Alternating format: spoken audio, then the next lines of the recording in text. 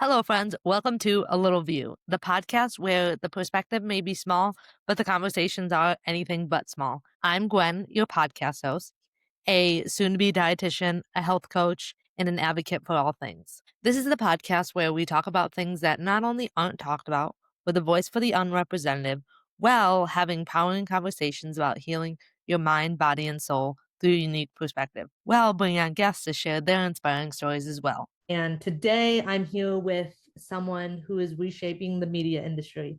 Let me tell you, you know how we say it's a twofer? Well, he's a fourfer. He is a comedian, an actor, a producer, and an advocate. And today I have on Nick Novicki because, I thought I was funny saying a fourfer instead of a twofer. I like to think I'm a comedian as well, but clearly I'm clearly not. He is the real deal, the real comedian. And I love to see little people in the media industry paving the way for more creative minds to come in. And now that I've hyped you up a little, Nick, I would love for you to tell the people who you really are. Yes. Well, first of all, thank you so much for having me on. As you mentioned, I'm Nick Novicki. I'm a little person wearing a purple short sleeve t-shirt with a little bit of a collar on. And I like that, the four fur instead of a two fur. I thought that was good. I got no notes there. Believe me, if you're going to be a dietitian, if you look at what I'm eating, you'd have a lot of notes for what I'm eating versus your comedy. I am a comedian. I'm an actor, writer, producer, and the founder and director of the Easterseals Disability Film Challenge. So as you did mention, there are kind of a lot of different parts of my life. I work in a lot of different areas within the entertainment industry. Separately, I'm also a dad, a husband, all these other elements of my life. But I've been a comedian for now over 20 years. So I've gotten to tour all over the world and doing stand-up comedy, including tours for the troops in the Middle East, Africa, and Europe. I've been in a lot of movies and TV shows, but the majority of my work has actually been self-driven, with me writing and producing and creating my own work, because I learned really early in my career that, look, I'm 3'10", and if I wanted to play the kind of roles I wanted to play that ultimately made me want to be an actor or want to be a comedian, that I needed to be in charge of writing and producing and creating my own content so that I could be the gangster, the romantic lead, the boss, or the jerk, or the friend. So that really became a big entry in for me, because I think I was pretty good at putting together teams of people to produce high quality content on a very low budget. And that ultimately allowed me to be showcased in front of a lot of big directors and producers and other comedians that saw me from film festivals and online content. And that really was the motivation behind the Easterseals Disability Film Challenge, so that other disabled artists could really just take their career in their own hands and say to themselves that I can be an actor, I can be a writer, I can be a director, I can be an editor, I can be all these things, rather than just say I want to be. Just do it, and make a film. And I love you saying how you had to get there is you had to do all this stuff first. And not just because of us being little, but I feel like that also plays an impact, because the world is not made for us. So if we want something, we really have to push and get our way there, because no one's going to give it to us. And we have to be our own advocate in any situation. So I love how you're just determined, and obviously that shows, because you wouldn't be where you are today. And I know you mentioned you've been a comedian for how long now? I'm dating myself here, but I think for about 23 years. Okay. And what kind of inspired you to do that kind of work? I think I was just stupid, and it was like, yeah, I'll get up, I'll do this. No, I think, to be honest, I used comedy as being a little person to disarm situations as a kid. When I grew up in the Northeast, I grew up in New Haven, Connecticut, and it was kind of a tough area a little bit. I grew up in the suburbs, but the city itself is a kind of a pretty tough city. And so people would say things, and it was if you look different, regardless of if you're a little person, it was we're not going to just think in our heads what we're thinking.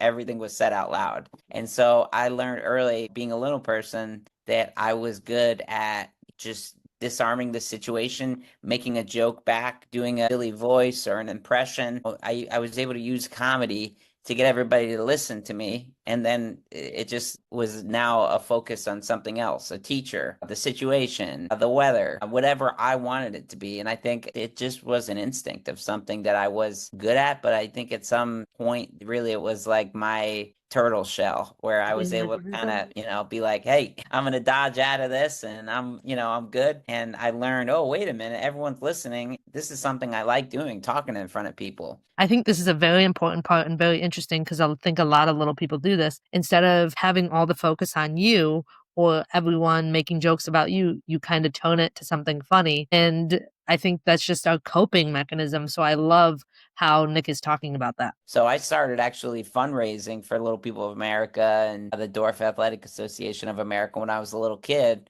I would give speeches to Rotary clubs and stuff. And I would always kind of really do a version of stand-up comedy, even though I didn't know what stand-up comedy was. I would talk about the situation I was in. A lot of times they wouldn't have a podium set up for me. They'd have the podium, but I couldn't reach it. So the microphone would be there. So instead of just being like, oh, I would make a joke about it, like, who planned this? I'd be next to it and like, Yeah. who's in charge? All of a sudden, everyone's laughing, and now everyone's listening. So in a room where no one's really listening, I used comedy, and now everyone's listening, and now they want to hear my story.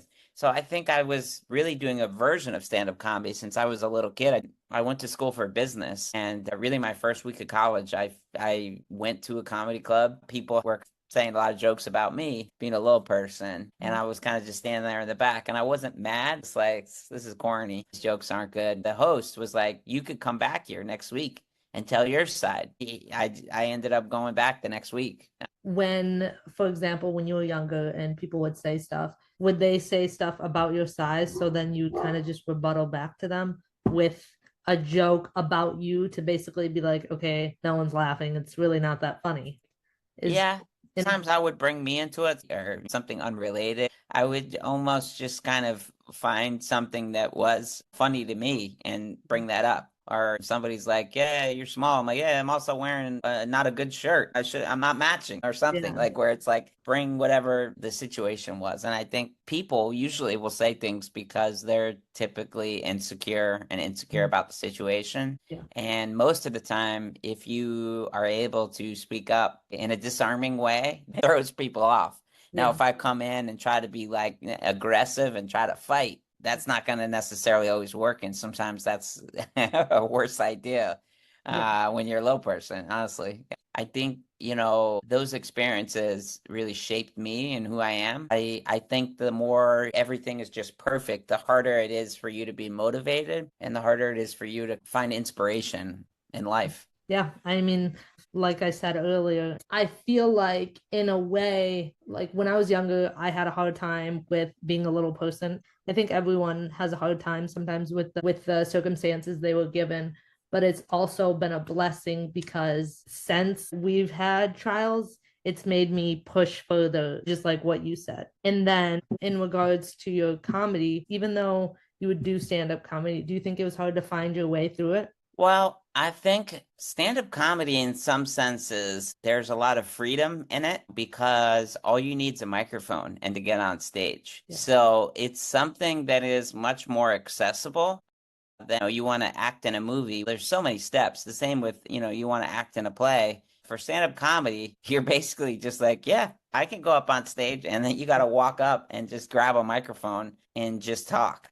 So I think it's an area that I was able to break into fairly quickly. Now, when I say break into, that means I was able to get on stage and do it, whether it's open mics, whether it's during a band, all these other elements. Whether that was paid work or unpaid, I mean, that's a whole other story. Making a living doing this is much harder. And frankly, I think that there's a lot of ambition of people wanting to get started in the entertainment industry. It's an exciting field, and I think we see celebrity, Instagram and TikTok, and wow, they're in this house or car or touring, whereas it's such a evolution. I mean, I have done thousands of shows, thousands, hundreds of free shows and benefit shows and other things. And it's a craft that you're constantly evolving. And I don't think being a little person made it harder for me to break in to that I want to get on stage and be a comedian. I think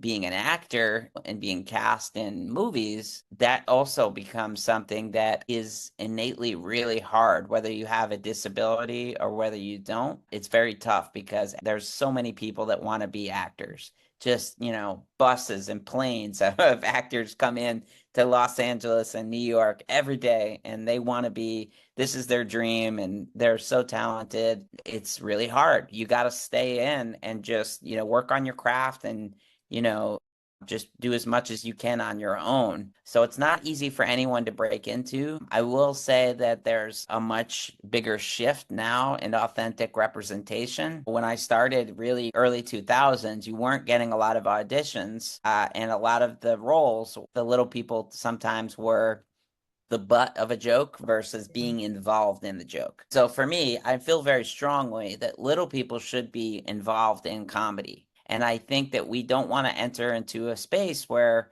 we're so nervous about doing it wrong that we don't include little people or people with disabilities. I think it just needs to be done intentionally. And so whether that's as a writer that's a little person, or for myself on certain TV shows and movies, I'll say, hey, what if I do it like this instead of so that I deliver a joke? I don't want to be the joke in this. So ultimately, I think for me, it's always been, do I think this is funny? Do I want to be involved in this? Is this something I'd like to see? Is this something that I feel like there's a reason why we're doing this? And I think that for little people, it is a little bit harder to get casts in TV shows or movies during pilot season. Now, to be 100% honest, the entertainment industry as a whole, because of COVID and the strikes within the business, it's contracted, and there's just a lot less auditions in general, whether you have a disability or whether you don't. It's a certain amount of tenacity that is needed to get into the entertainment, and just this is something that you love to do, whether you're a little person or whether you're not. And I think it's important for whether you're a little person listening to this, it's at the end of the day, it's about the craft. So there's no shortcuts. You have to be trained. You have to really want to do this, and you have to give it your all and really put in the same amount of effort as somebody else that's competing against you that isn't a little person. It's at the end of the day, it's about you're on your own timeline, and all you need to do is work as hard as you can to work on your craft. And then from there, I think now in modern times, you need to do as much as you can for yourself and in your career. Will you tone down a lot in a lot of movies too? Yeah, but yeah, I have been rejected so many times. And honestly, I've been cast in movies and then replaced before I even showed up. I've not gotten jobs that I thought I was going to get, and jobs that I thought I was great for. And for whatever reason, it just didn't work out. And in the beginning, how did that make you feel? Because now I'm Oh, sure you're like, okay, that's okay.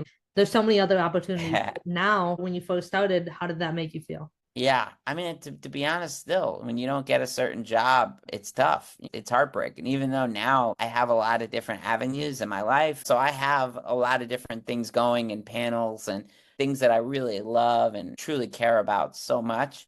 Yeah. When I started, it was really hard because also I didn't have really savings. When I just started, I was like living with four comedians in a one-bedroom apartment. Yeah. And I liked how you said when you will sometimes when you Yeah, believe it or not, I did that even really early in my career, where probably sometimes that's harder to do, but I always did that. And I've been in now almost, I think, 50 TV shows and movies. I have pitched different things related to either one, it's easier for me, so it's not so physical, or I don't get hurt, or something else where I'm like, wouldn't it be better? And here's the thing, I always pitch a solution for how it could change. So now, whether it ends up being 100% that in the script, sometimes I'll pitch an idea and the director or the writer will say, interesting. Well, what if we do it like this? So sometimes they're listening to me and they're like, that's crazy, because that's not it still has to go in within the story. yeah. So if I work for the FBI in the script and you're like, no, but I want to be a janitor, they're like, wait a minute, you got to still be in the FBI. Yeah. But I've always felt like a openness from people, and I truly have felt that people are always willing to try to make changes. There has been a couple instances over the years where I'm like, it didn't end up exactly as I had envisioned it to go. Uh, Correct me. And you talking about like the movies and the shows you've been in. What are some popular ones you've been in? I was in Spider-Man Across the Spider-Verse, the animated movie. I play Lego Spider-Man. I was in Boardwalk Empire, The Sopranos, Drop Dead Diva, The Good Doctor, Bad Thoughts. And what was Uh, kind of your favorite thing to be? Which one to be in? well, Boardwalk Empire was up there because I got to work with Martin Scorsese. That was a director that I grew up watching Goodfellas and all these gangster movies with my dad. And so it was pretty neat to be working with the legend. I think one of the most rewarding experiences of my life was touring the world with the play Dollhouse, and it was all male little people actors. That was an amazing experience. But yeah, I've had my share of different, roles. And then, of course, touring a lot as a comedian. Yeah.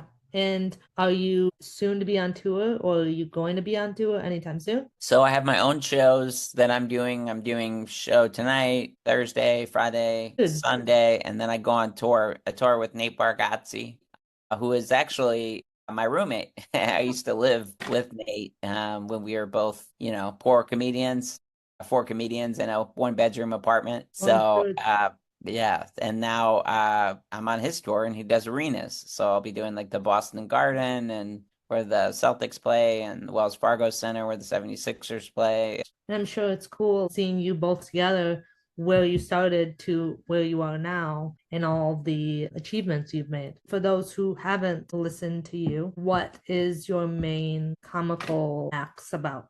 Would you say it's about you being a little person or no? I would say I'm a storyteller, so I would say my main through line is like family observation and being a little person's part of that. And my wife being little is the part of it, but not really. I have a joke about falling down the stairs dressed like a penguin. Oh, I heard that one. Yeah. Yeah. So I guess because I'm a little person, it's a part of it, but not really. I think it's a translatable joke where it really became me just being an idiot that wore a penguin suit and falling down the stairs. But a lot of the core is, about my life, my family, a lot of family humor.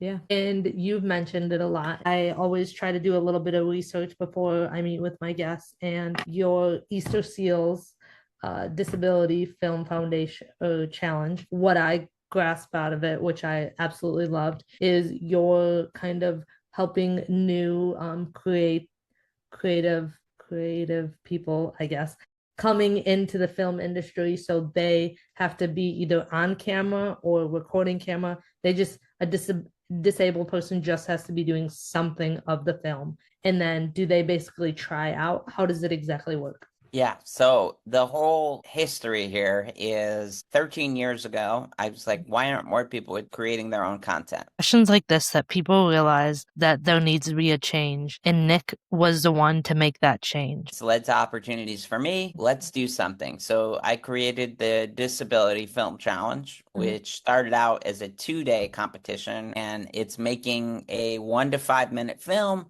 that has somebody with a disability in front of or behind the camera. So we give you the genre. You need to register. Once you have the full assignment, make that film. We'll use captions for deaf people. We'll do audio description for blind people. All of these films end up on our YouTube channel, and we give out screenings. That first challenge 12 years ago, we had a couple films, and I thought it was going to be a one-off competition, but right away the industry was like, hey, where can I find that actor or that actress? So it became actually a tool for people getting hired. People started asking, well, when's the next one? So I was like, oh, wow, wait a minute, I got to do it again. So year after year, more sponsors, more partners. I partnered with Easterseals, Southern California.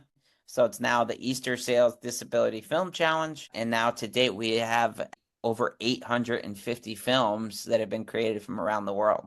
Wow. And so those people, when they like enter, then do you pick like finalists and then they go up on your YouTube channel? Is that how it works? All these films go up on our YouTube channel, and we have something called an awareness campaign. So each of these filmmakers try to get as many likes, views, and shares for their Oh, films. At the same time, we have a group of judges, which include, executives, casting directors, actors, writers, directors, both with and without disabilities, reviewing all the films. So then we do a finalist announcement, and they will get certain prizes and screen at certain festivals. And then our award ceremony at Sony Picture Studios. And so that's a red carpet event with celebrities, producers, and other people that will help announce the awards. We've had Oscar winners and Emmy winners actually take part in the challenge. and So how many the people level of usually? competition is really tough because there's just so many talented actors and writers and directors with disabilities, but also there's so many people that are allies. So people that don't have disabilities that want to join forces and act in this film to help raise more awareness for the need of inclusion. And how many people usually enter into it? So this year we had about 125 films that were entered, and out of that, certain projects will have about 50 people a part of their film. So some are really big films. Really, I mean, we're talking about like thousands of people that have taken part in the challenge over the years. And I'm sure that's it's got to make you feel good too, knowing that these people that's maybe never gotten an acting role or any of that, you've kind of helped move them forward by showing their videos off or their Yeah. their movies off. Yeah, I'm definitely proud of everything that's happened from the film challenge. It's a collective effort, so there's a lot of people that work hard behind the scenes, and really, it's the participants themselves that are so talented. They're making the films, they're sharing the films, so it really is getting to a lot of different people. But it's a collective effort, and really, at the end of the day, it's up to the participants to make the films and to get themselves out there. Yeah. And is everyone that has a film, are they able to go to that a show? So tough question because unfortunately now as it's gotten, bigger, we can't have everybody that takes part go to that award ceremony because we do have a pretty big theater, but a lot of our sponsors are also there. And so really it's for the finalists. We have tried to create as many opportunities where our participants can get mentorship, education. We do year-round workshops. So we will invite participants to go attend screenings. Do you ever have people reapply the next year as well or no? Oh yeah, yeah. So people love it. So we have a lot of repeat filmmakers that enter every year. I would say about half the films every year are from alumni that make films every year, or vice versa. Say, I just want to direct this year. So we do get a lot of alumni, and that's what drives the challenge, and that's why we continue to grow. We are kind of in sort of unprecedented times in the entertainment industry where it's been a challenge because the whole entertainment industry landscape has changed a lot when streamers got involved, and there's sort of less content being made right now because of issues just related to consolidation of media. Like, would you say being on TikTok and YouTube, like all that?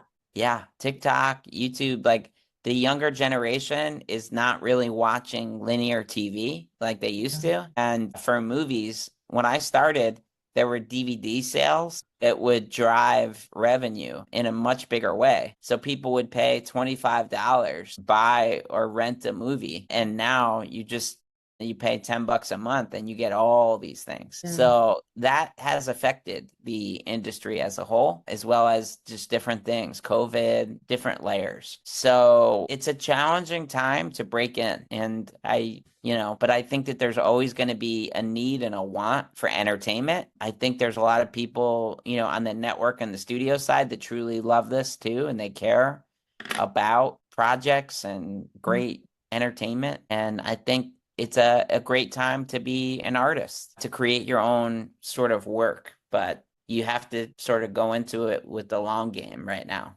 Yeah. Well, I'm sure it was easy. I don't want to say easier, but it was easier for you than it is. Even I know for people that like I watch people on YouTube, they've even said it like to become like a big YouTuber, vlogger. It's so hard because it's so watered down now that there's so many of them that it just doesn't even matter anymore. Yeah, yeah, it's hard. But I think, the more you do, the more you're out there and the more opportunities you get. So I think there's always going to be an audience. Right now, I think a lot of people are still trying to find where that audience is. Yeah. And if you're on YouTube, it's true. I mean, there's so many different YouTubers or channels. So all you can do is just put your content out there. Yeah. You're doing it with the podcast. I think it's just you got to just keep putting stuff out, and not worry about, I don't know, what happens. You want to tell your story and the audience finds you. And I mean, I've talked to people and I'm like, I've even said before, I'm like, I hardly have subscribers. And they're like, Gwen, it doesn't matter. Just keep going. I'm like, I feel like I'm talking to no one. And they're like, just keep pushing. And like, I will message people constantly, like how I message you, like message people constantly, like, hey, Yeah, will you be on my podcast? Hey, you be on my podcast? And I feel like just doing those things, kind of like with what you said about you and being in the entertainment industry, like you gotta just keep pushing. So kind of like even though it's watered down, you gotta just keep being in the water and swimming upstream. that's right. That's right. I'm trying to teach my daughter to swim right now. It's just the same process, and to a different extent, but even her, like you got to just keep practicing, getting into the water. And I feel like even with me, like sometimes it's hard with being with guests and sometimes it's easier, but if you just keep doing it, it will get easier. And I don't want to take up too much of your time because I know you have a show. So my last question is, it's kind of a little off topic.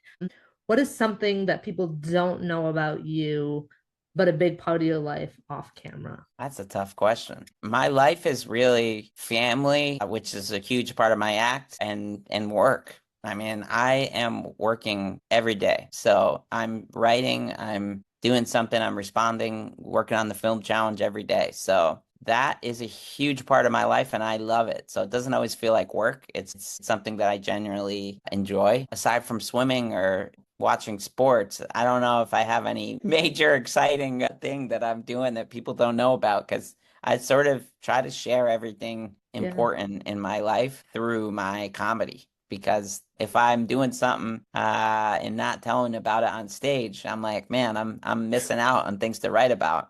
It's conversations like this that remind me why I started a Little View podcast to shine a light on voices that inspire, push boundaries, and remind us that we're never alone in this journey. Just like how Nick says he was inspired to create the Disability Film Challenge to have other disability people be able to participate in the media, or just how he talked about how he didn't get every role. And sometimes we're going to be let down, but then he got other roles. Not every door will open for us, and that doesn't mean we're not enough. It just means the right one is still ahead.